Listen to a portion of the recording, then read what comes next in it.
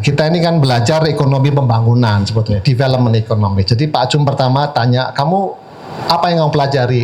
Ekonomi pembangunan. Nah itu benar itu benar. Jadi kira-kira FEU yang salah itu. Bukan untuk di mana ya, bukan untuk mohon maaf nih disclosure tuh.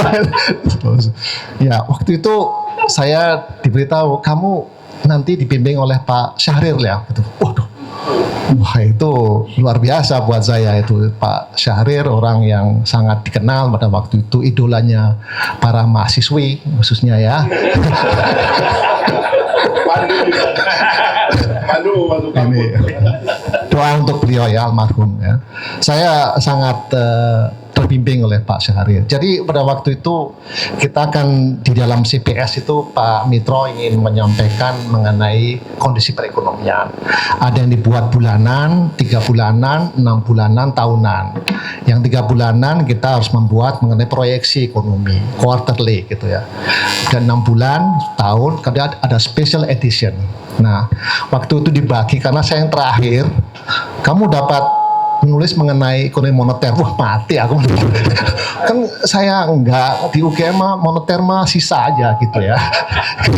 Karena buat kami itu yang pelajari mengenai ekonomi produksi ya, produksi pertanian, pedesaan, koperasi gitu, itu yang dipelajari. Jadi saya diminta menulis mengenai ekonomi moneter.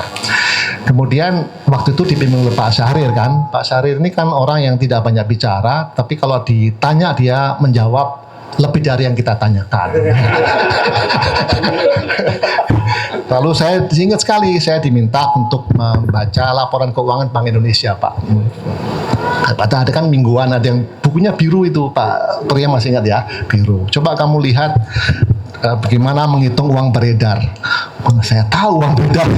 Ya, jadi lalu diajari. Tapi alhamdulillah nih Pak Syahrir ini orangnya kalau setiap datang saya selalu rajin bertanya. Jadi kalau Pak Syahrir itu jangan mengharapkan dia yang mengajari kita. Kita harus datang dan beliau akan menyampaikan semua ilmunya kepada saya. Saya menulis mengenai ekonomi moneter dan perbankan. Lalu bayangkan mentor saya Pak Syahrir dan Pak Priasmoro, orang-orang hebat kan, ya. Jadi itu adalah 2 orang yang selalu. Jadi kalau saya nulis 10 halaman, ore-aranya 20 halaman. Tangannya besar, ditulis pakai tangan, ya kan? Tinggal Pak Syahrir, ini apa maksudnya, ini salah. Aduh, ya tapi saya kan, beliau kan tidak pernah marah gitu. Ini nggak pernah mau buang naskah itu tidak, lalu mengkoreksi gitu.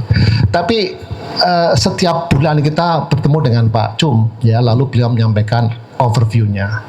Jadi yang ditunggu oleh kita semua adalah pidatonya beliau gitu.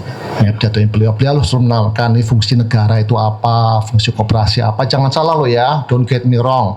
Deregulasi itu untuk kesejahteraan masyarakat. Kenapa kok saya buka impor waktu itu? Kenapa kok saya punya program benteng dan sebagainya? Beliau selalu menjelaskan, jadi ulang-ulang terus Pak.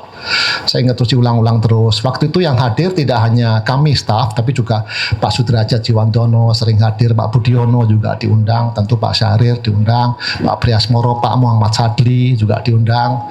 Ya, jadi itu orang-orang beliau. Dan setiap bulan beliau juga membrief bankers ya. Saya masih ingat ada Pak Superti Ismaun, Pak siapa lagi ya, BNI itu siapa waktu itu ya Bapak ya, BNI, lalu Pak Kamardi Arif, kemudian grup Astra diundang juga, briefing beliau. Bahkan beliau kalau menjadi ketua umum IKPN ya, koperasi, yang ditunggu masyarakat itu adalah pidatonya beliau. Pidatonya beliau itu seringkali tidak ada hubungan dengan koperasi, tapi dia menceritakan mengenai ekonomi global gitu. Lalu setelah saya keluar dari sana, waktu itu beliau bilang, Anggito, kamu mau di sini terus atau mau sekolah? Ya saya mau sekolah Pak. Saya nggak bisa kasih beasiswa loh ya. Tapi bilang, do you want to go for school? Yes. Go to LSI. Wah, kok LSI bilang itu? LSI kan nggak pernah dalam radar kami di UGM. Radarnya ya Amerika. Gitu. Pak, saya mau ke Amerika gitu. Go to Harvard gitu. Kenapa ke Harvard? Karena institutional economy gitu yang suruh belajar. Pak, idola saya kan Pak Budiono. Oh, go to, tapi don't go to Wharton ya. Maksudnya apa gitu? Sangat kapitalis gitu ya. Pak, di sana ada you go to economics ya. Siapa gitu. Lalu beliau menuliskan rekomendasi.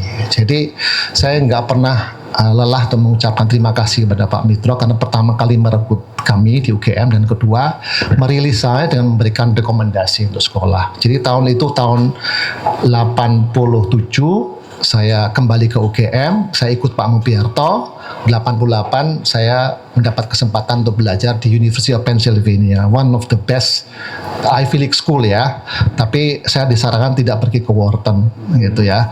Jadi Pak Budiono kan ke Wharton, Farid Haryanto PPPN ke Wharton juga. Ada beberapa orang yang Wharton memang outstanding ya, itu outstanding. Saya pergi ke economics, tapi saya ngambil regional economics karena saya ingat pesan beliau, kamu jangan ikut-ikutan jadi sana ya gitu ya, kira-kira.